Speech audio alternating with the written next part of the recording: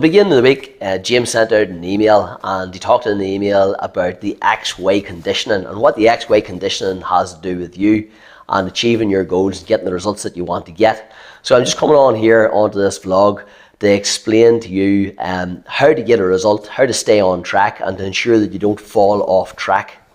So you see, when we grow up, when we're younger, we're growing up and our mind is completely open. Do you remember Santa Claus? You believed in Santa Claus and you made you believe in Santa Claus so much that maybe you looked outside one night and you could see him flying through the sky. I can remember my little sister saying to us, says, "Oh, I can see Santa Claus going through the sky." And you see what happens is the mind becomes so convinced that something is real that it absolutely believes that it's real to the point that it almost can see it. Sometimes maybe you've been talking to an old friend and they may tell a story and you realise, well, they're telling a story about you, but they're talking about themselves in the story because they've been convinced that the story was actually about them as well too. Because the mind deletes, it deletes and it alters and it distorts our memories. But the most amazing thing about the mind is that the mind does not know the difference between what is real and what is actually an illusion. So when we're growing up, we get certain ideas, beliefs, opinions, habits, patterns of thinking, patterns of feeling, and patterns of actions, which actually then gives us patterns of results. So a lot of times when people want to get new results, get better results in their life, win at something, do better in their business, better in their health, their marriage, and whatever endeavor it may be, you begin to get a new idea of a result or a new idea of you, a new way of you living. Maybe you're getting up at 6 o'clock in the morning, you get out for a run in this new way of living. Maybe you're working longer in this way of living and you're going for those calls and those sales. Maybe you're building a new business in this new idea. Whatever this new idea is of you and is for your life. And we've all got this before, this new idea. And you can set it as a goal or you can set it as a result or whatever it is that you want. And you start off and you're on track and everything looks as if it's going wonderfully well, but then something happens, that old thing called sabotage. And yes, this video is for anyone who's ever suffered from sabotage. That old sabotage happens and kicks in. So you're starting the good behavior, let's call it the new behavior, the new idea, let's call it the way idea. So way thinking creates way feelings, which creates way actions. And this is the new idea, the formula. But then there still is the old idea lodged in your mind, in the deeper part of your being. Let's call the old idea the X idea. And the old idea, the X idea, has certain ways of acting, certain ways of feeling, and certain ways of thinking. And this is what you're looking to change. So what happens to most people as they go along is they start to dream of the new idea, the new way idea, and they get all excited about this new idea and everything, and they start to kick in and do things about it. But it can create what we call a confused vibration, because the mind then is not sure. And the mind really does like certainty, so the mind becomes not sure. It's not sure whether, are we this new person doing these new things and making these new things happen? Or are we still this old person with the old things, making the old things happen? And what happens with the mind is the mind begins to get confused because there's two different ideas in the mind. There's the X idea and there's the Y idea. There's the old idea of who you are and there's the new idea of who you are and who you're going to be. And that's why a lot of times when people get new goals, new ideas, or are working on new results, they get a confusion or a confused vibration, or they're stuck for a little while and they're not really sure where to go. Because you must remember that it's not only your thinking that changes, it's also our feelings that change, and it's also our actions that change. And when our thinking changes and our feelings change and our actions change, it changes the result that we begin to get.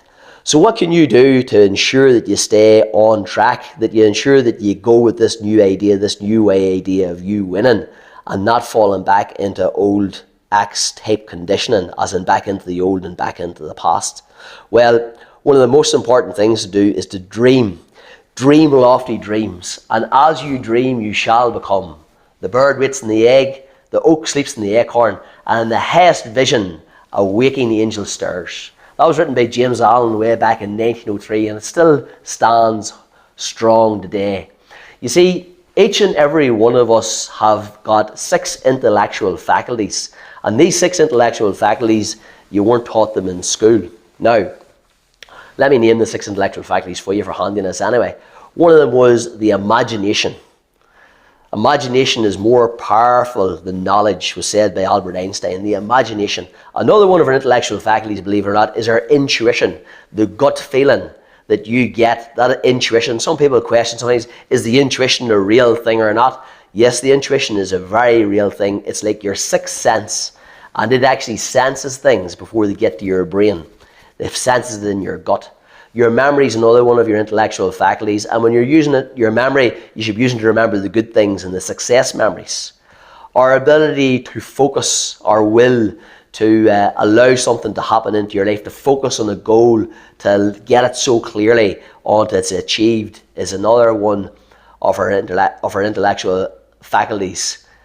Then you've got your reasoning faculty. You may have heard before, stand on guard to the doorway of your mind. The reasoning faculty, choice, is our reasoning faculty.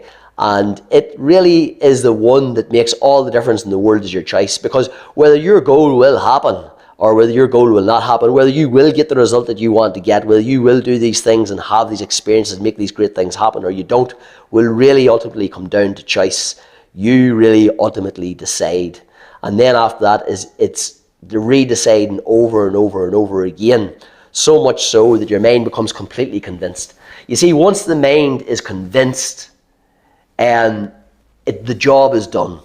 Because our deeper part of our mind, which is known as our subconscious mind, our unconscious mind, or our superconscious mind, that's the part of our mind that is like the field, or it's like a garden. It's completely deductive. So whatever you put into the unconscious, subconscious, superconscious mind will and must come out. It's just the exact same thing as planting daffodil bulbs in your garden. If you plant daffodil bulbs in your garden, daffodils will grow. If you plant roses in your garden, roses will grow. And equally so, if you plant some type of plant that is poisonous, it will grow as well too. So the garden or the field does not care what you plant in it, and neither does the mind. The mind does not care what you plant in it either. So the more that we can do in the direction of getting the new idea across into our being, then the easier it is. One of the intellectual faculties, by the way, is our perception. And we'll go into more detail in these in future vlogs. Now, in order to be able to take this vlog and really to make an impact for you, to help you to get the result, I'm going to have to ask you here to engage in your faculty of your imagination. Imagination is more powerful than knowledge, Albert Einstein.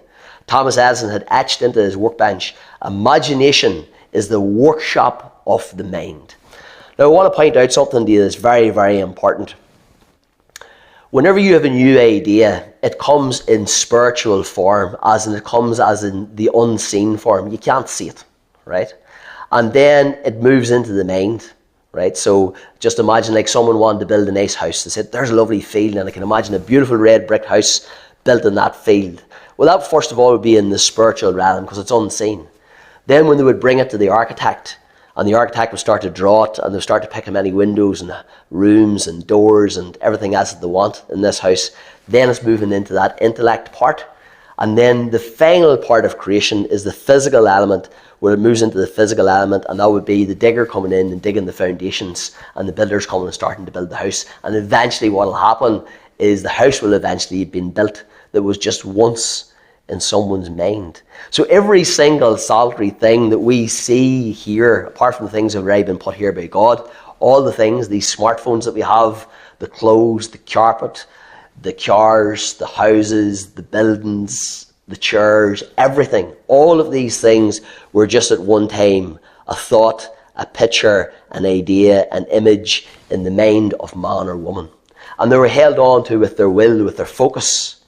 They were given emotion with a passion, and then the mind activated the being into action to make everything happen. You see, we do live in a sea of energy. We live in a sea of energy. Every single solitary thing is energy. Quantum physics is the top science of the day, and quantum physics states that every single solitary thing is energy. And there is an energy that flows to and through us all of the time. Now, this energy and this power that flows to and through us all the time is also this stuff that we create on. But we can't create on anything if we don't give it a picture. We must give it a picture and give it an image and give it an idea. So maybe up on to now, you know what the results that you've been getting in the past, the old results, the old picture, the old idea. And maybe now you want to pick a new idea. Think of that new idea now, that new picture, that new idea, that new way of living, that new way idea. Now, in order to embed the new way idea, so you begin to take more and more actions on your goal, the easiest thing to do is to begin to talk about it, begin to think about it, begin to write about it, begin to draw about it, begin to concoct it and grow it in your mind, in your beautiful, wonderful mind. Whenever you write something down and you write down your goal, it's the first time that your goal or your new dream comes from the unseen. It comes from where you can't see it till you actually can see it on paper and you can read it on paper. This gives the mind more certainty. If the mind is not certain about something, is not completely convinced in something, it won't act. Because the very first human need is security, and it'll want to stay. It's afraid to move. It's afraid to change. Even though you want it to change it, your spirit wants it to change, your enthusiasm wants it to change. If you don't do the work, it can't change. And the work is giving yourself the idea and haunting that idea over and over and over and over and over, again and again and again and again, to your mind, until your mind becomes completely convinced of it. So the more ways that you can give it over to yourself, so the more ways you can begin now to act like that new person that has that result. The more you can begin to stand and walk and talk like that person that has that new result, that lives in that way, then the easier it is. If you draw a picture on it, if you talk to somebody about it, if you get a mentor on it, if you read books on it, if you watch videos about it, the more that you do on this and the more that you imagine yourself already in that position with that new idea, with that new you, that new super you, let's call it, then the more your mind becomes convinced. Once your mind is convinced, then the game's over. As I say, the unconscious mind is completely deductive.